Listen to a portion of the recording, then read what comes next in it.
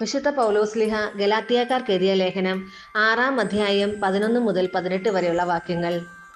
എൻ്റെ സ്വന്തം കൈപ്പടയിൽ എത്ര വലിയ അക്ഷരത്തിലാണ് ഞാൻ എഴുതിയിരിക്കുന്നതെന്ന് നോക്കൂ. ശാരീരികമായ ബാഹ്യകാര്യങ്ങളിൽ കൂടുതൽ ശ്രദ്ധിക്കുന്നവരാണ് പരിച്ഛേദന കർമ്മത്തിന് നിങ്ങളെ നിർബന്ധിക്കുന്നത്. ക്രിസ്തുവിന്റെ കുരിശിനെ പ്രതി പീഡിപ്പിക്കപ്പെടാതിരിക്കാൻ വേണ്ടി മാത്രമാണ് അവർ അങ്ങനെ ചെയ്യുന്നത്. എന്തെന്നാൽ പരിച്ഛേദനം സ്വീകരിച്ച അവർ പോലും നിയമം അനുസരിക്കുന്നില്ല. എന്നാൽ നിങ്ങളുടെ ശരീരത്തെക്കുറിച്ച് അവർക്ക് മേന്മ ഭാവിക്കാൻ കഴിയേണ്ടതിന് നിങ്ങളും പരിച്ഛേദിതരായി കാണാൻ അവർ ആഗ്രഹിക്കുന്നു. നമ്മുടെ കർത്താവായ യേശുക്രിസ്തുവിന്റെ കുരിശിലല്ലാതെ മറ്റൊന്നിലും മേന്മ ഭാവിക്കാൻ എനിക്കിടയാകാതിരിക്കട്ടെ. അവനെ പ്രതി ലോകം എനിക്കും ഞാൻ ലോകത്തിനും ക്രൂശിക്കപ്പെട്ടിരിക്കുന്നു. പരിച്ഛേദന കർമ്മം നടത്തുന്നതിലോ നടത്താതിരിക്കുന്നതിലോ കാര്യമില്ല. പുതിയ സൃഷ്ടിയാവുക എന്നതാണ് പരമപ്രധാനം. ഈ നിയമം അനുസരിച്ച് വ്യാപരിക്കുന്ന എല്ലാവർക്കും, അതായത് ദൈവത്തിന്റെ ഇസ്രായേലിന് സമാധാനവും കാരുണ്യവും ഉണ്ടാകട്ടെ. ഇനിമേൽ ആരും എന്നെ ബുദ്ധിമുട്ടിക്കരുത്. എന്തെന്നാൽ ഞാൻ എൻ്റെ ശരീരത്തിൽ യേശുവിൻ്റെ അടയാളങ്ങൾ ധരിക്കുന്നു.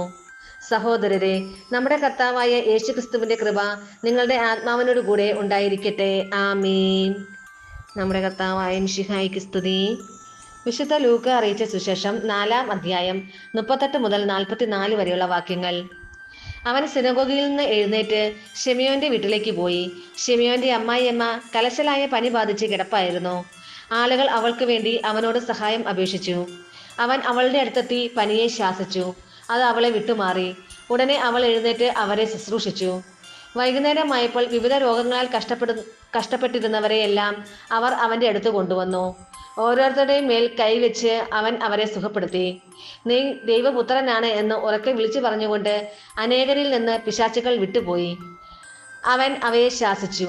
താൻ ക്രിസ്തുവാണെന്ന് അവയ്ക്ക് അറിയാമായിരുന്നതുകൊണ്ട് അവൻ അവയെ സംസാരിക്കാൻ അനുവദിച്ചില്ല. പ്രഭാതമായപ്പോൾ അവൻ ഒരു വിജന സ്ഥലത്തേക്ക് പോയി. ജനക്കൂട്ടം അവനെ അന്വേഷിച്ചു ചെന്നു. തങ്ങളെ വിട്ടുപോകരുതെന്ന് അവർ അവനെ നിർബന്ധിച്ചു. എന്നാൽ അവൻ പറഞ്ഞു, മറ്റു പട്ടണങ്ങളിലും ഞാൻ ദൈവരാജ്യത്തിന്റെ സുവിശേഷം പ്രസംഗിക്കേണ്ടിയിരിക്കുന്നു. അതിനു വേണ്ടിയാണ് ഞാൻ അയക്കപ്പെട്ടിരിക്കുന്നത്. അവൻ യൂദയായിലെ സിനഗോഗുകളിൽ പ്രസംഗിച്ചു കൊണ്ടിരുന്നു. നമ്മുടെ കർത്താവായ മിശിഹായ്ക്ക് സ്തുതി.